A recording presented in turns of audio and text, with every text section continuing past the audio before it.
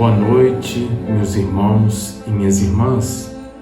Estou falando do hospital da cidade espiritual de nosso lar, para onde são encaminhados muitos espíritos recém-desencarnados para o devido tratamento.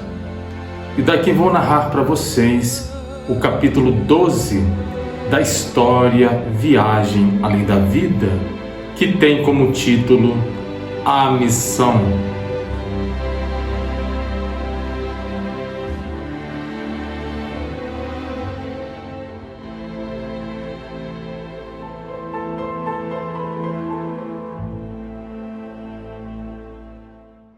Tito era um rapaz de coração muito bom e de grande sensibilidade. Quando conversava com as pessoas, ele sempre procurava compreender o sentimento que estava por trás das palavras dos interlocutores, para tornar o diálogo mais humano. Ele entendia que as palavras nem sempre expressavam o que as pessoas sentiam. Quando Tito foi sequestrado pelo Cavaleiro Negro, ele sabia que por trás daquela máscara e das palavras agressivas havia um homem que carregava um sentimento que estava muito ferido, e ele não se enganou. Mas Tito também era um rapaz muito desatento. Quando Germano falou o nome da flor, ele levou um tempo até fazer a conexão de que o nome da flor era o mesmo nome que ele viu gravado na lápide do túmulo da esposa de seu pai. Íris, ele se lembrou. Esse era o nome dela, Íris Helena. Naquele momento, Tito achou que aquilo se tratava apenas de uma estranha coincidência. Mas aí ele se lembrou do que seu avô falara certa vez. Tito, não existem coincidências. A coincidência nada mais é do que as leis divinas em ação, fazendo com que as coisas aconteçam no momento certo e da forma exata. Tito também reparou que no vaso havia um texto com os seguintes dizeres: todo processo de cura está dentro de nós mesmos. Abaixo da frase, Tito leu o nome do autor da frase: Germano T. da Silva, diretor e amigo. O rapaz ficou alguns instantes pensativo e depois perguntou para Germano: Senhor, o que quer dizer esta frase que está no vaso? Tito, essa frase significa que o processo de cura não se opera a partir de fatores externos.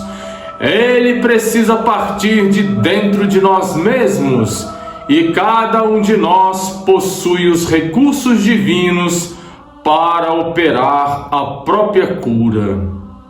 Germano fez uma pausa e concluiu: é por isso que após cada cura que realizava, o nosso Mestre Jesus muito sabiamente orientava: vá e não tornes a pecar, para que não te suceda coisa pior. Jesus curava o corpo físico, mas sabia que a origem da doença estava no espírito. Se a pessoa não buscasse sua cura interior, a doença poderia retornar. Tito se lembrou da viagem que fizera com o avô ao passado, quando eles levaram o Cavaleiro Negro para ser curado por Jesus. O Cavaleiro Negro era Henrique, que agora estava internado naquela casa, apresentando novamente os mesmos sintomas da doença anterior? Então Tito compreendeu as explicações de Germano. Mudando de assunto, Germano falou para o cientista: Alberto, gostaria de te dar uma notícia. Vocês foram autorizados a realizar a excursão na máquina do pensamento, objetivando o resgate de nossa irmã. Que ótima notícia, Germano!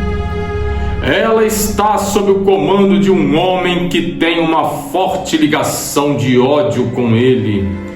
E não é apenas ela que está sob o domínio dele. Existem muitos outros que também obedecem ao comando dele. Vocês vão precisar se infiltrar da forma como eu expliquei para você. Está certo, Germano. Já tenho tudo preparado. Tito ouvia aquela conversa e fazia uma cara de quem não estava entendendo nada. É como se ele ouvisse duas pessoas falando em uma língua que não conhecia. Germano continuou: Alberto, no momento certo nós atuaremos.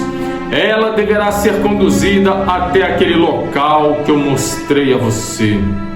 Enquanto isso, nós vamos auxiliar aqui na recuperação dele, mas permitiremos que ele se desloque livremente para que o aprendizado possa ser realizado. Mas isso não será perigoso, Germano? Confio em você, Alberto, e eu estarei supervisionando todos os movimentos dele. Agora precisarei retornar. Que Jesus esteja com vocês, Alberto. Germano se despediu do cientista e do rapaz com um abraço fraterno e retornou para dentro da pousada. Alberto falou para Tito que eles deveriam voltar para a máquina do pensamento.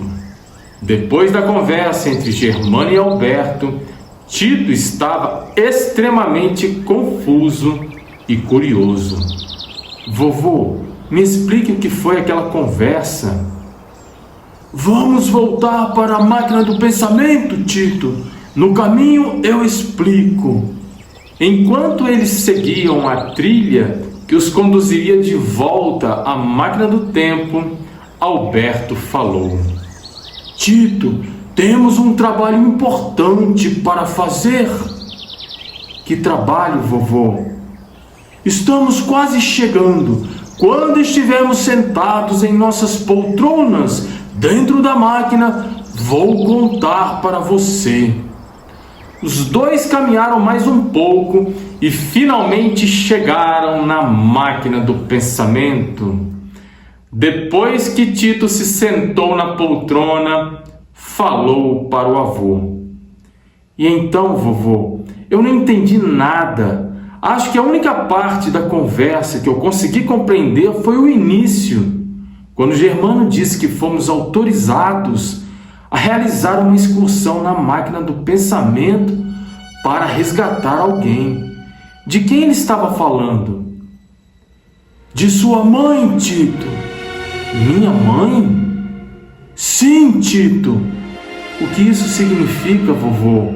Nós vamos voltar novamente ao passado na máquina do pensamento para alterar o rumo dos acontecimentos?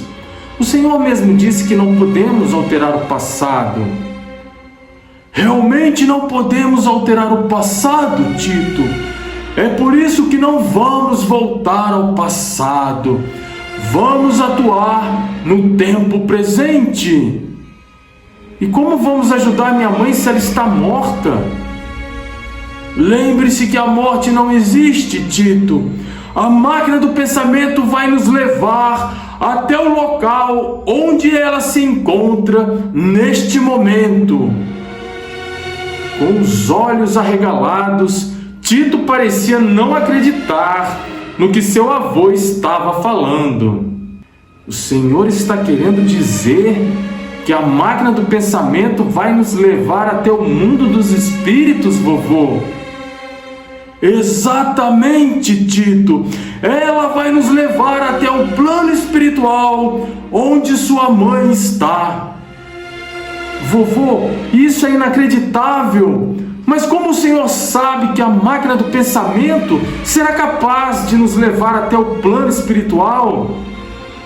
O avô sorriu para o neto e, antes de dar o comando para a máquina seguir viagem, respondeu: porque nós já estamos no plano espiritual.